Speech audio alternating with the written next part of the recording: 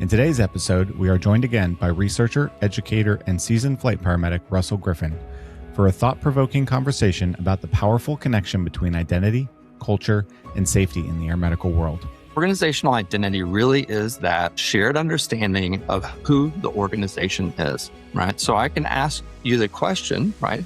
So who are we at work? What's your organizational identity? You would answer that question from your oneness, how connected you are to your organization, right? So when you have a strong organizational identity in the social sciences world, we would say that you identify with that organization. But for that to be true, you actually have to know what the answer to that question is. What is your organizational identity? Welcome back to the Valor Flight Crew podcast, hosted by Echo and brought to you by Vertical Helicasts and Valor Plus. Together, we explore what really shapes safety culture inside high-risk organizations, from the policies written on paper to the behaviors crews live out every day. We dive into how personal identity, professional background, and organizational expectations influence decision-making, communication, and crew dynamics in both aviation and healthcare environments. This episode takes an honest look at the challenges of blending aviation and medical cultures, the critical role of crew resource management, and why humility, vulnerability, and open dialogue are essential for building strong teams and safer operations. It's a conversation about leadership, accountability, and understanding how the culture we create directly impacts the care we provide and the risks we accept. So strap in, check your gauges, and join us as we lift into another conversation focused on safety, culture, and the people behind the mission. Thank you to our sponsors, Metro Aviation, Spectrum Aeromed, and Airbus. Welcome to the Valor Flight Crew podcast, brought to you by Vertical Helicast, produced in partnership with Echo, Every Coast Helicopter Operations. The Valor Flight Crew podcast promotes the personnel and life-saving equipment behind helicopter air ambulance services.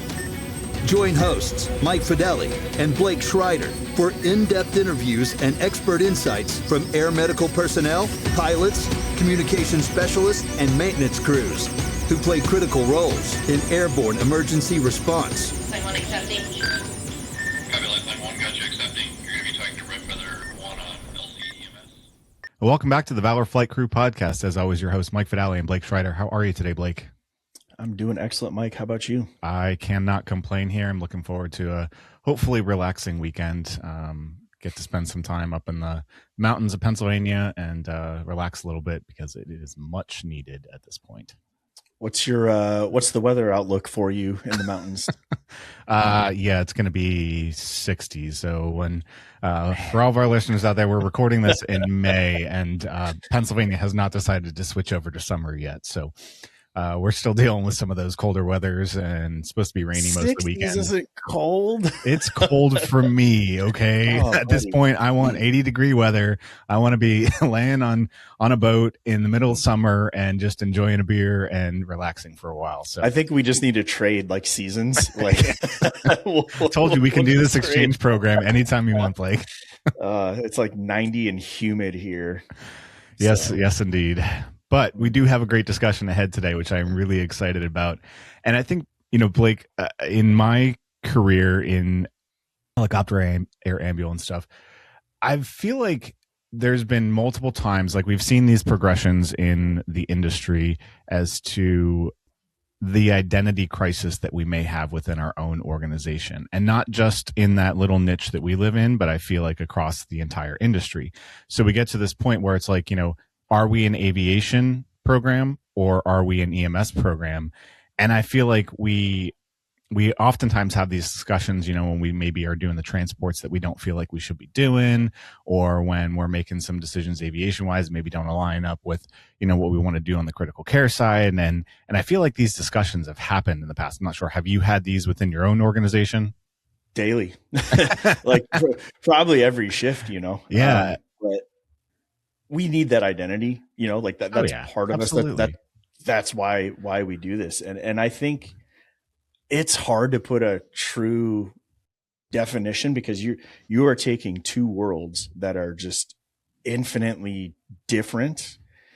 And somehow there was let's just mend these two together and it will totally work cohesively without any issues whatsoever. And I think it's even more so interesting how healthcare is changing drastically right now. And I think that this conversation is certainly something that's going to be more and more prevalent within a lot of programs across the country. So that's why we are so grateful to welcome back to the show Russell Griffin, who has actually been able to do some amazing research on this and be able to bring some of this stuff back to the podcast. We had a great discussion with Russell about 5-6 months ago now, I think it was.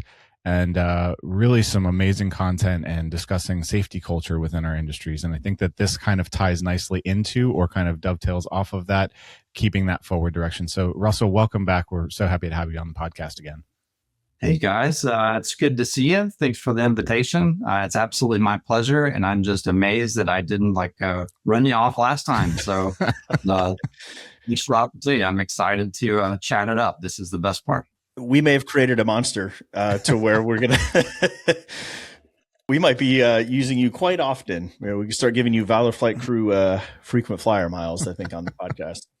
So, no, I love that. We had such a good discussion last time. And I think that what we were just kind of talking about before the podcast here is we all sit around the crew table and we have some of these discussions and we talk about a lot of these topics or these issues or the things that we bring to the podcast, but we don't necessarily have hard evidence to either back our thoughts or feelings in one way or another. And that's why I appreciate having these discussions with you, Russell, because you're able to bring those facts, you're able to bring those statistics, and you're able to break it down in a way that you can, if you're in opposition, look at it maybe in a different way, or you can validate what you're feeling and then know that it's not just my program, my people, my organization, that this is a global thing that we need to look at and examine. So I really appreciate having you on, and the discussion has always been great. Since we got to meet, at one of the ECHO conferences, it's just been, we'll be reaching out and having you on the podcast. I have no doubt many more times in the future. Hey, sign me up. I'm glad to be here and always eager to share. No doubt about it. Just as a refresher, Russell, if you don't mind just giving our listeners a little bit of background about yourself and your flight experience. Yeah, for those who didn't have to labor through it last time. So, all right, I started off early in my career. I went to paramedic school right out of high school and was young. I wasn't even 21 yet, and I really couldn't get employed. So I think I shared the last time I made the best rational decision, and that was to join the Marine Corps, which didn't make any sense at all. But hey, it worked for me. I went off and I trained as a firefighter. So I trained as an aviation crash fire rescue firefighter in the Marine Corps. Did that for a while, came back to the civilian fire service, worked as a firefighter, paramedic. And about that same time, because like most of us have like a Gantt chart career, I started flying for a program here in North Texas, and that lasted about 20 years. Spent most of that time with CareFly here in DFW. And then stayed in the fire service for about 15 years and left that a while back. So a little bit of everything. I've been an educator, been involved with, I still work for American Heart Association, been inside of the research and guidelines writing world, but spent the better part of 20 years doing a combination of rotor and fixed wing sort of flights and, lots of ground angle and stuff, of course, in the middle, but you name it, I did it one way or the other. I mean, that's a career that spans not only many years, but also a lot of change, a lot of changes that you've seen come and go, a lot of trends that, hey, we don't do that anymore. And then all of a sudden 10 years later, it's like, oh, we're bringing this back. And you're like, there's no way we're bringing this back again. But that's why we love having you on. And I think this really will start to show. That's why we're tapping into your experience. You've seen a lot of these changes. We're not calling you old. We're calling you experienced. Blake may be calling you old. I would never call you old. Never. I have a grandson, so it's I'm officially, I think, old. We're good. So, but I'm happy with it. So we're at peace. In your career, when you started flying, you spent 20 years doing it. Kind of like how we kicked off, seeing, you take one world of aviation that's had so much change and trends that look for safety. And then the world of medicine, right? You spent your career, start as a firefighter, paramedic, and then you start flying. There's differences just in that alone. And then you take all that experience and meld that into one role. What's been the biggest struggle in trying to find, how does that click? How does that work? And how have you made that kind of identity that you've identified and use that moving forward? How have you done that? Yeah, I don't know if I have done it, but I spent a lot of time in reflection on it, right? I think that might be the takeaway. My career, so I started flying in 1999. And if you look at the sort of accident statistics, that 20-year period after that really was the deadliest phase in the whole U.S. air medical transport industry. So it really started through that heavy uptick of programs just accelerating in size and volume across the early 2000s. And we just saw, really catastrophic years in the industry. And I was pretty naive naturally, right? And I remember just thinking there was this really deep connection with the fact that, hey, I'm a firefighter, I'm a paramedic. I, of course, had a strong, sort of personal identity with being a helper, right? You could say that I've had an occupational identity of being like a provider, like a rescuer, somebody who's there to, to make things better. But then you start to mix it up. And I think you're getting right to the kind of the crux of this challenge is, then there's even a third dimension, which of course is the nursing staff, right? I mean, like the nurses themselves, they bring a whole other sort of complexity to this factor of, tremendous in-hospital experience, critical care medicine. And then, many programs will at least require them to become EMTs, if not paramedics. And so now you have this kind of trifecta of like, who's on first. And whenever I dove into, as part of my doctoral research, the organizational sort of culture stuff, it did open up this door about, well, what's informing that? What are the things that actually drive what our organizational culture is? And it was taking a look at this identity and trying to understand, oh man, this gets tricky, right? How do I take who I am? Like, how do I define myself and actually bring that and then meld that into this crew of individual experts in their own domains. And then we all get along and operate in this incredibly high risk environment, and it be not only harmonious, but it be effective. And you realize in many ways that identity that we're all combining together, if that's not really clear and cohesive as a group, oh man, we're set up for all sorts of just trips and fall that just naturally kind of evolve. Yeah. And I think that's something that's so important, is that it has to work together, right? Like, and we've all had those situations. We've all had sometimes our team dynamics are not quite on point, and you feel it's off. You feel, you get to the end of that flight, that transport, you're trying to debrief about things, and you're like, it just doesn't feel right. Like something didn't mesh today. Something didn't meld today. And hopefully you've been able to talk about it with your crew and work forward and make sure that that's taken care of. But there's a lot of times where it's like, what just happened? and how do we fix this for later? And I think a big part of that also has to do with, the culture within your own organization and the culture within that particular crew. And I know in the last podcast, we talked a lot about culture of an organization and what, we're going to talk a lot about, what identity means in this one, but how would you define what an organization's identity is, or maybe a crew's identity is? And how does that really differ from organizational culture? Thanks to our sponsor, Airbus. Airbus provides the most efficient helicopter solutions to its customers who serve, protect, save lives, and safely carry passengers in demanding environments. Its civil and military helicopters are flying all over the world, making missions possible. Visit airbus.com for more information. Yeah, great question. So this is really key and it's important. So identity and culture, and I'll even throw in a third word, which is image, are all three interrelated sort of domains. They're independent, but they're connected. So of course, we all are very familiar with, if not, kind of beaten over the head a bit with the cultural perspective. And that is definitely this idea of like just shared values, the norms. And the best way to think about culture is behavior. It's the exhibited behavior. Mm-hmm. You'll sometimes hear it generically referred to as the way things get done around here, which is actually not true from a psychometric or how we measure it in a social sciences perspective. Because if it's the way things get done around here, that's everything. And you really can't measure everything. So that's why we have very specific question sets and those sort of tools that we use when we're assessing organizational culture or things like safety culture.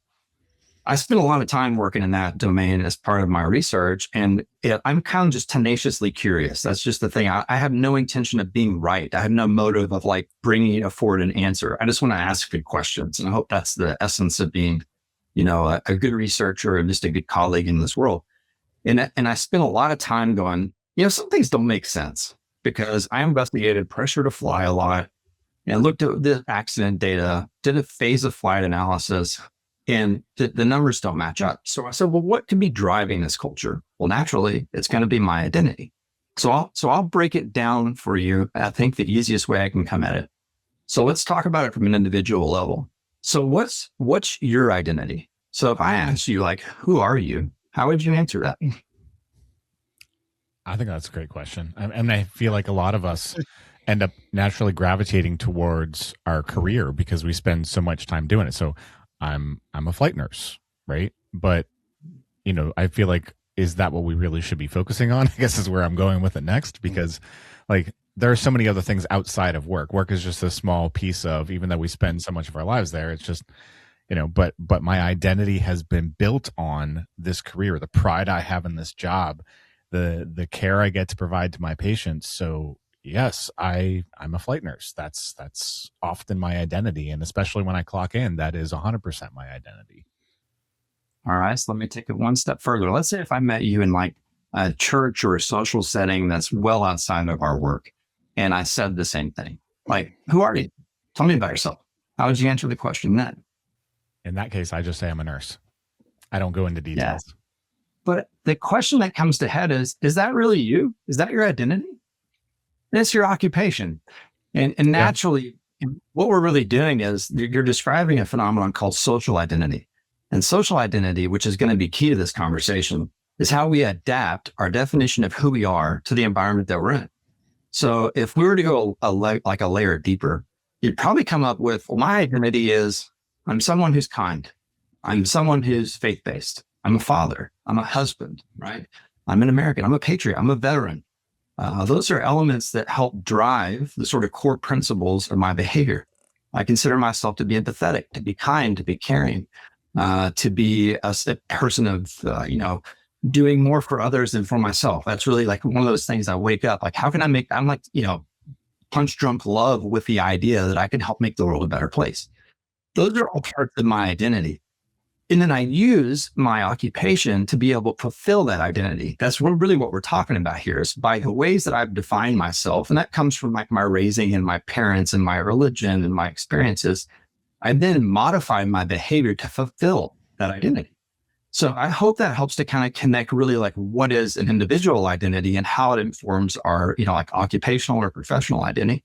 There's two big challenges to that. One is all of those things about your personal identity are very true.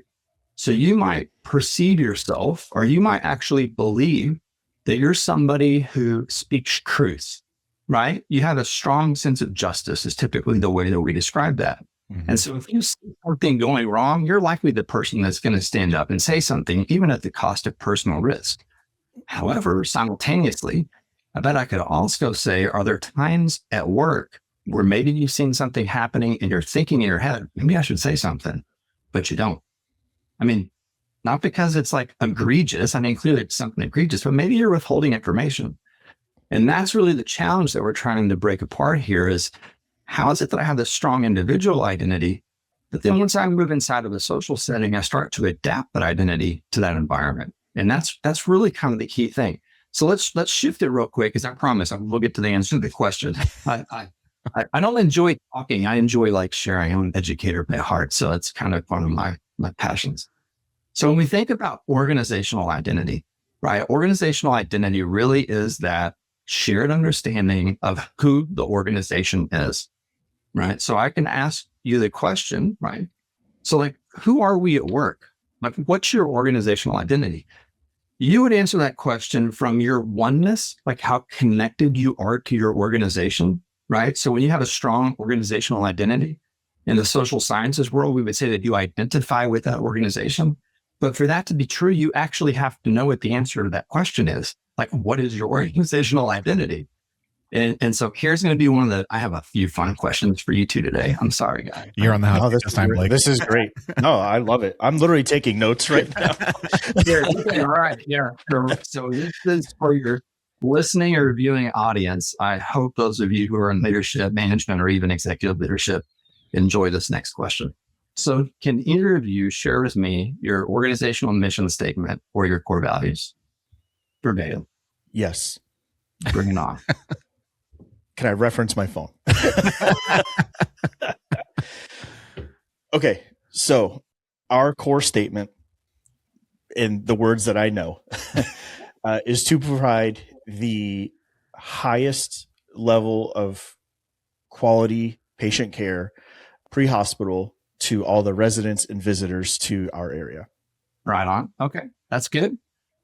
Mike, you want to take a stab? Either one of them. I mean, for our core values, we have our right values: respect, integrity, teamwork, and I forget what the E stands for at this point, but yes, I know them when I hear them, but to be able to recite them verbatim certainly takes me a little bit. Yes. Good. So the nice thing is I'm not trying to make you uncomfortable, right? Or place you in a situation where you're like, oh, I should know that. Because the reason is I believe the organization, and many of us don't do this really well, is accountable for providing that information in the most simplistic way, right? Something that you can recite and memorize because you're trying to inform your identity, right? You're trying, when we create a business, when we create an organization, we do things like write mission statements and vision statements and espoused values. And we write things like core values and even like operating principles and all these sort of things. What we're trying to do in that world is take a group of people, give them an identity, tell them like who they are and how we want them to behave. The quagmire is that most organizations really suck at that. And they don't write things that people can recall. And why is that recall so important? Because it's what we want to lean back on when we need to make like difficult decisions or when we need to like rely on our behavior.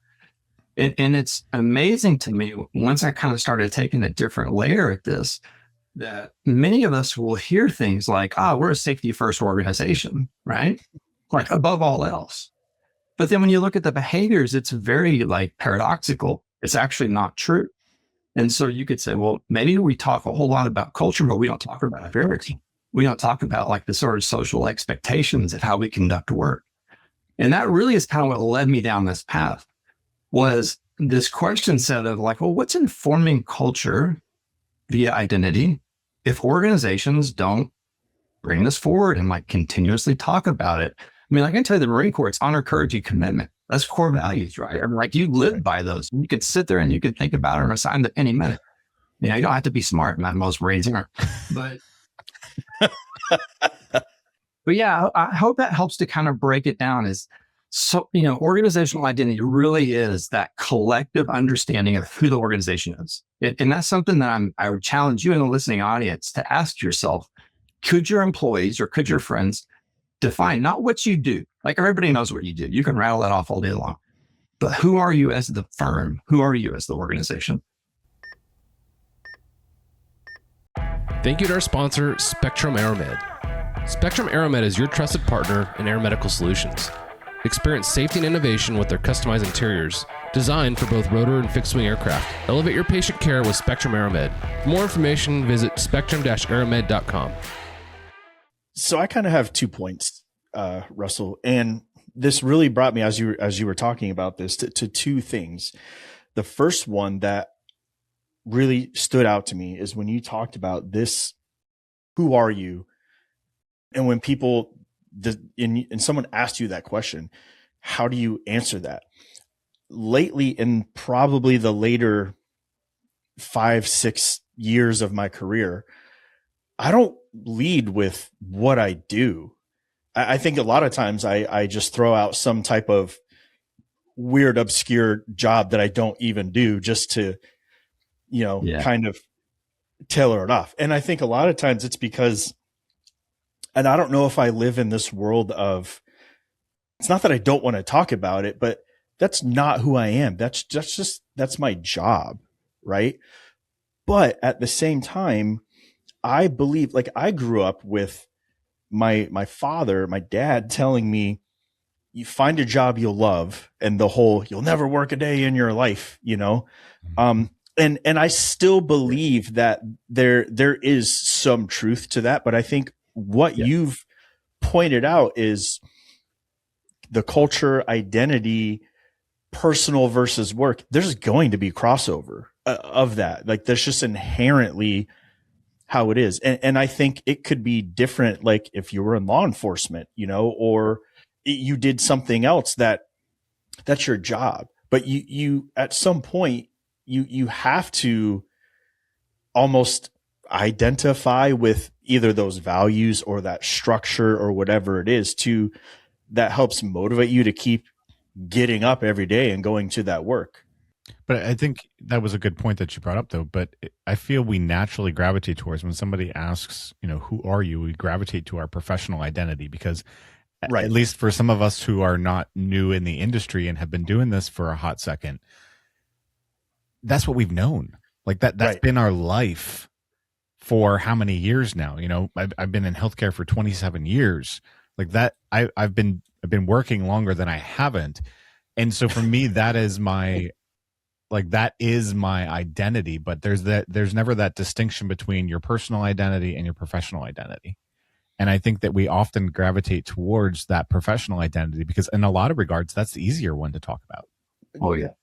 Does it also bring about that validation that people want and look for, these societal type of, you know, aspects to things of like, this is what I do. But I mean, if you were to ask me that question, Russell, like in an interview, like if I was interviewing for a job, how do I say, man, I love sitting on my couch. I love watching documentaries and I don't like being around, public places. And I just like small groups of people, you know, like how do you, I sound like the most uninteresting person, and I kind of am, and I'm okay with that. You know, like I like to live very boring and under the radar, so to speak. And I don't know. Am I bringing up the right point here? Like, I feel like it's almost this struggle, and it's not just me. I think there's a lot of people in this job, in this world of healthcare. There's so much that goes into it. And when you're hiring and looking for people, you're like, how do I know that this person is a good fit for this organization? And then what do we ask? We ask those questions on who you are. And is that how we make the decision on who we hire? And you're asking the good questions now. Yeah. So you're at probably what I would say is one of the first and hopeful big takeaways that we can have from this conversation.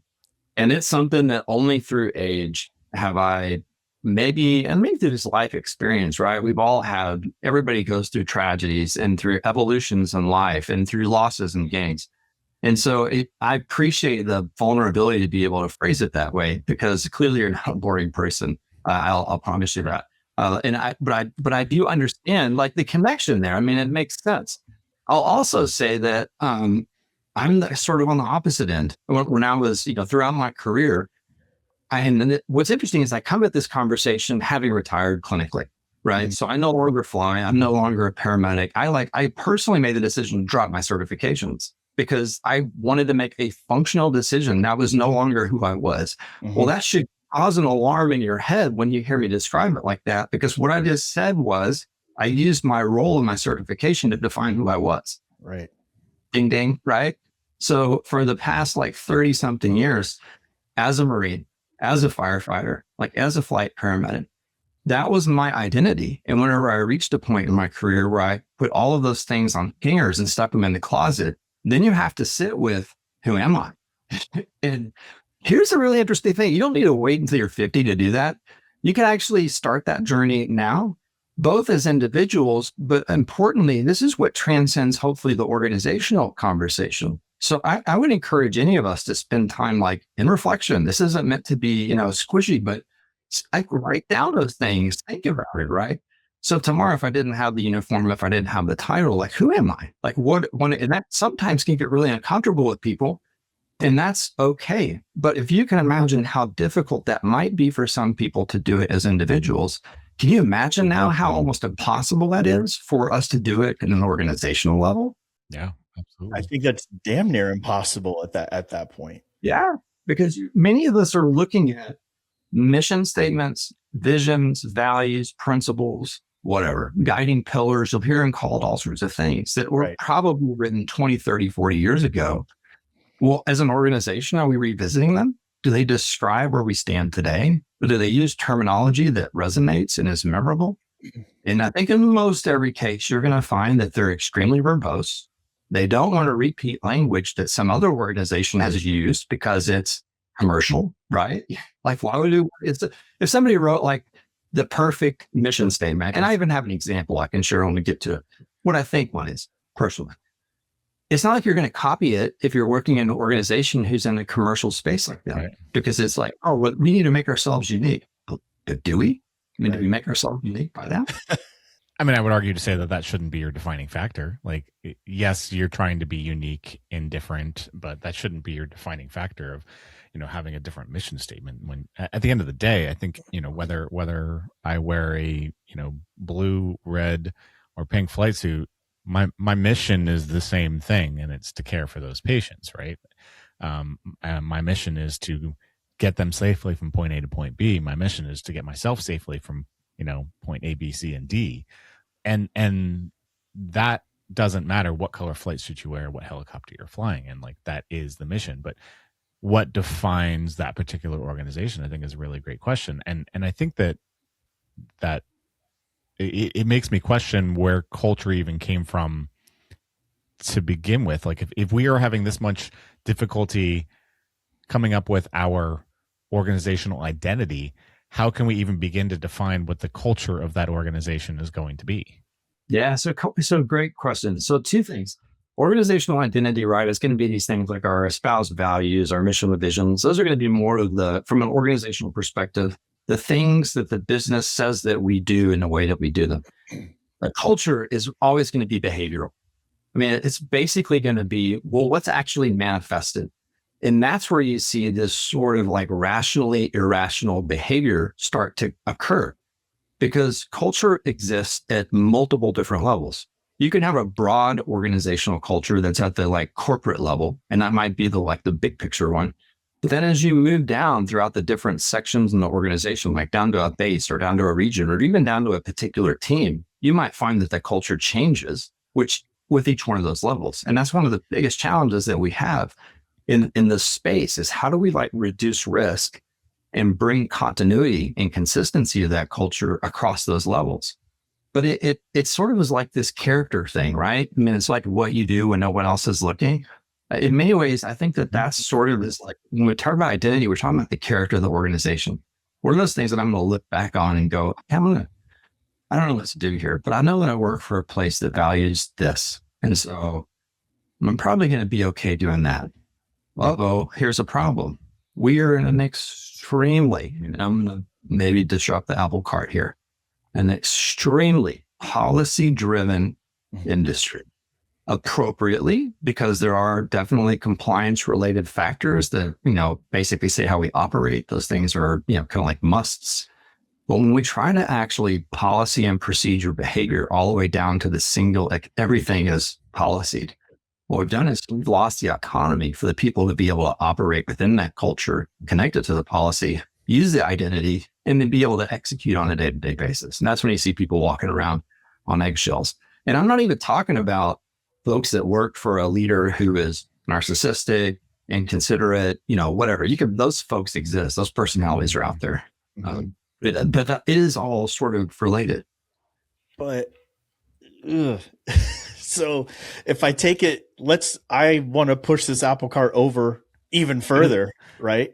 So when we talk about, we're blending two worlds, right? Aviation, EMS, or maybe we could bridge it under patient care, right? Because there's many ways, but it's all related to healthcare, taking care of patients, right? So if we're blending two different worlds and we're trying to make them meld together, whether you are in the world of patient care, I think the number one common denominator that we will never escape is the human factor, right? That's going to be in every aspect of it, right? Mm-hmm. So we know that's the number one common denominator in all of this. But if we move it to patient care and health care, has become a business, right? I mean, it is. Let's just call it what it is, right? Thank you to our sponsor, Metro Aviation. Metro Aviation, the world's largest family-owned aeromedical operator, offers comprehensive aircraft services with 160 plus aircraft in over 25 states. The Completion Center installs medical and law enforcement kits and avionics, serving diverse aviation needs including offshore, utility, VIP, and corporate sectors. Now, in the world of patient care, in this society, you can provide an amazing service. You can do really good things and also make really good money. In the world of aviation, it's a business, right? Whether it be commercial, whether it be private, you can do a really good thing and provide a service and make really good money. And you can do it safely. You can do it the right way. But now the human factor is what comes into play.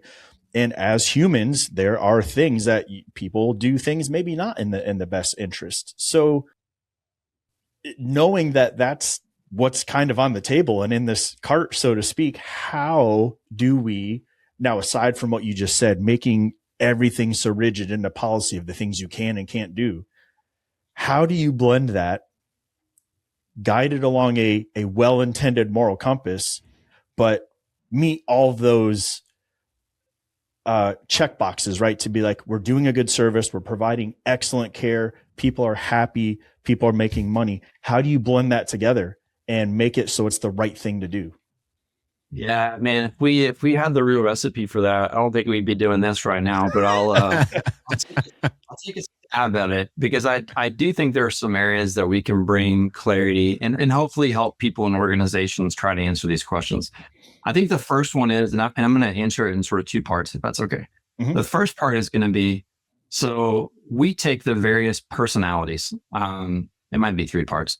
We're going to take the various personalities that come and work on your typical air medical transport team, right? So we have an aviator, we have typically a nurse or, respiratory therapist, a paramedic. We all sort of fit in that category. And depending on where we came from before, our actual identity, there's residue, right? We have identity residue. And what that means is I show up in the door still sort of framing who I am based on the things that I've done previously. So if I'm an aviator who worked dust off in the Army, versus if I'm an aviator who worked in, like commercial civilian transport, doing tours and other stuff like that, or even executive transport, the identities are tremendously different. Mm-hmm. I mean, like dust off pilots, God bless them. I mean, going all the way back to the Vietnam War, mm-hmm. that was built around, absolute ridiculous acts of courage and bravery. And like, right. You risk a lot, save a lot. That's a fundamentally different mindset from a tour operator or executive commercial helicopter pilot or airplane pilot. So let's take it to the medicine side, right? You come in as a nurse, you come in as a PA, like whatever your training might be. And the world that we work in inside of a hospital is completely different than what we're going to see in sort of commercial aviation or even pre-hospital. So in many times we take the paramedics and it's even, I think, trickier. So from a branding perspective, that's one of the reasons I just use the term, is this aviation with patients or is this EMS with aircraft? It's easier for me to use the provocation of EMS while clearly I'm actually trying to abridge, like you said, just sort of all of medicine, all of healthcare. Mm-hmm. But if I come in, I was a firefighter paramedic, right? I'm a veteran. So a lot of my identity was driven by the risk a lot to save a lot. Right. Well, is that true in commercial aviation? Of course not. No, it's absolutely not, right? But you sit there and you go, oh my gosh, whoa, has the heroism syndrome like bled over here? Are we actually unintentionally bringing that forward? Now we know the FAA back in 2014 took actions to change terminology, things like HIMSS towards helicopter air ambulance or air medical transport, right? We took out terminology like missions and wanted to call them transports. Mm-hmm. Guess what we were trying to do there? Change identity. Change identity. You got it. You nailed it, right? How well has the industry adapted to that? Not. I don't know. I mean, I think it's very region specific at times. Yeah, it depends on where you're at. That's So you take that and you start to muddy this all up. And you mentioned the human factors, and I think this is going to be really huge. I am a person who approaches human factors from the perspective of a sort of a stop blaming culture. And what I really do mean by that is the sort of rule of our principle of like local rationality. And what that means is that any of us make the best decision that we can in any circumstances, given the combination of our goals, our resources, and information that we have available to us. Like we can agree in principle that we hire like rational people at work.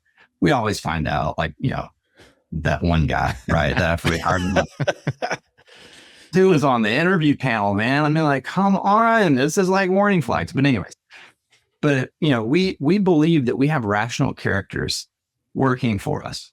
And so when you look at our accident history, and another key thing I like to say is when we talk about accidents, I never want to speak of the dead. I want to speak for the dead. And that might sound like a harsh thing to say, but I think that's like my responsibility. I want to be able to take their voice and bring it forward. Right. And when I think about this, if those individuals knew the consequences of their actions, they would have done something different. Right. Yeah. Every single 100%. one of them. Yep. Yeah. Every one of them. Yeah. Right. So I absolutely cannot stand the terminology of probable cause. I cannot stand the inference. And you look at NTSB reports and from my aviator friends out there, my heart is with you. When it says pilot failed to. I tell you what, guys, I mean, this is so much more than just this industry. This is like a principled way about how we approach this in general. But the whole point that I am trying to come back to is, as organizations, I think this is where we can hopefully over time begin to flip the switch and say those individuals made the best decision they could. But did we create an environment where we could merge and blend these different types of occupational identities and professional identities and then put them in a way where they can be as successful as possible with the circumstances they're presented? And I don't know the answer to that other than to be absurdly present and absurdly clear about who we are as an organization and what our operational expectations are. And I'll share with you a few of I have 3 personally. I'll share with you those, coming up next, but I want to pause there because I unloaded a lot on you in that one reply. And I think it is a lot, but it's a lot to unpack. Like we could probably talk about this for weeks and still come up with more questions and never get to the bottom of what we're trying to figure out here. But I think the human factor is sometimes the biggest kind of wild card in that, because everyone has different tolerances for their safety margin, has different thoughts on treatment plans, has, different way of being able to accept the risks that are in front of them at that point in time. And I think that that's where some of that challenge comes in. And I was wondering if you can kind of talk a little bit about how maybe those human factors maybe develop either that culture or identity on like the base level or the crew level that are able to, obviously we have to meld these two worlds together. We have to bring aviation, we have to bring healthcare together. I think in a lot of regards, we do it very beautifully and very seamlessly. Yeah. And I think that we really have, while two separate, entities have often very common missions and visions at the end of the day, but there's still that human factor on those individual crew or base levels and the expectations that are put on those particular, those crews or those bases. And so if you can kind of expand upon like how much does that really affect what that identity is at those places? And is that a positive or negative thing? Yeah, it's a great question. And I'm going to come at this from a bit of an industry challenge and provocation. I do want to disclose, I think that there are phenomenal people across our entire industry, and there's phenomenal associations of people waking up every day obsessed with making this a better, safer thing. And so all of their work is applauded, regardless of where it's applied. And I think that holds true. When I think about how these things connect, I do think that we have to actually put in the time and effort to create an environment where we're openly talking about these things. I think it's a bit of not an injustice. It's almost a underappreciation of complexity of taking a commercial pilot, right, who is incredibly trained in what they do, who's extremely competent, who has, I flew with guys that were, 15,000 hour, power line puller and inspector pilots. Guys that flew off the coast of UK, like did, incredible zero visibility, nightmare IFR flying all the time. and, like just aviators in general of all types. And then I take like a 30-minute online weather introduction course. And then now we're supposed to be able to communicate about my concerns for aviation diversity. Wait, you got a weather course? Yeah. I mean, like really? I mean, I'm not trying. I know there's organizations that do more than that, and there's more hours. Sure. And I know we'll probably talk on the CRM and other parts about that. But I might do enough familiarization with the aircraft to know how to turn the batteries off, to shut down the fuel, right, to disable the engine, to locate the ELT, to activate it. But is that anywhere near an appreciation for the thoughts, feelings, and expectations that a pilot's experiencing? Thanks for joining us for this episode of the Valor Flight Crew podcast. Don't forget to like and subscribe to hear more stories that promote the personnel and equipment behind the missions in public safety aviation. Lastly, stand by for a message from our sponsors. Thank you to our sponsor, Spectrum AeroMed. Spectrum AeroMed is your trusted partner in air medical solutions. Experience safety and innovation with their customized interiors, designed for both rotor and fixed-wing aircraft. Elevate your patient care with Spectrum AeroMed. For more information, visit spectrum-aeromed.com. Thanks to our sponsor, Airbus. Airbus provides the most efficient helicopter solutions to its customers who serve, protect, save lives, and safely carry passengers in demanding environments. Its civil and military helicopters are flying all over the world, making missions possible. Visit airbus.com for more information. Thank you to our sponsor, Metro Aviation. Metro Aviation, the world's largest family-owned aeromedical operator, offers comprehensive aircraft services with 160-plus aircraft in over 25 states. The Completion Center installs medical and law enforcement kits and avionics, serving diverse aviation needs including offshore, utility, VIP, and corporate sectors. Thanks for joining us on this episode of the Valor Flight Crew podcast. A huge thank you to Russell Griffin for sharing his insight, experience, and honest perspective on the human side of safety culture and identity. Conversations like this remind us that safety is never just about policies, checklists, or procedures. It's about people. It's about the culture we create, the way we communicate under pressure, and the willingness to stay humble, speak up, and keep learning from one another every day. Whether you work in the cockpit, the cabin, or behind the scenes supporting the mission, we hope this discussion encourages you to reflect on the role identity, leadership, and teamwork play in the environments we operate and in the patients we serve. As always, thank you for being a part of this community and for everything you do to keep your crews, your patients, and yourselves safe. Until next time, take these conversations back to your bases and keep challenging each other to define your identity, refine your culture, and elevate your safety margins. We'll see you next time on the Valor Flight Crew podcast.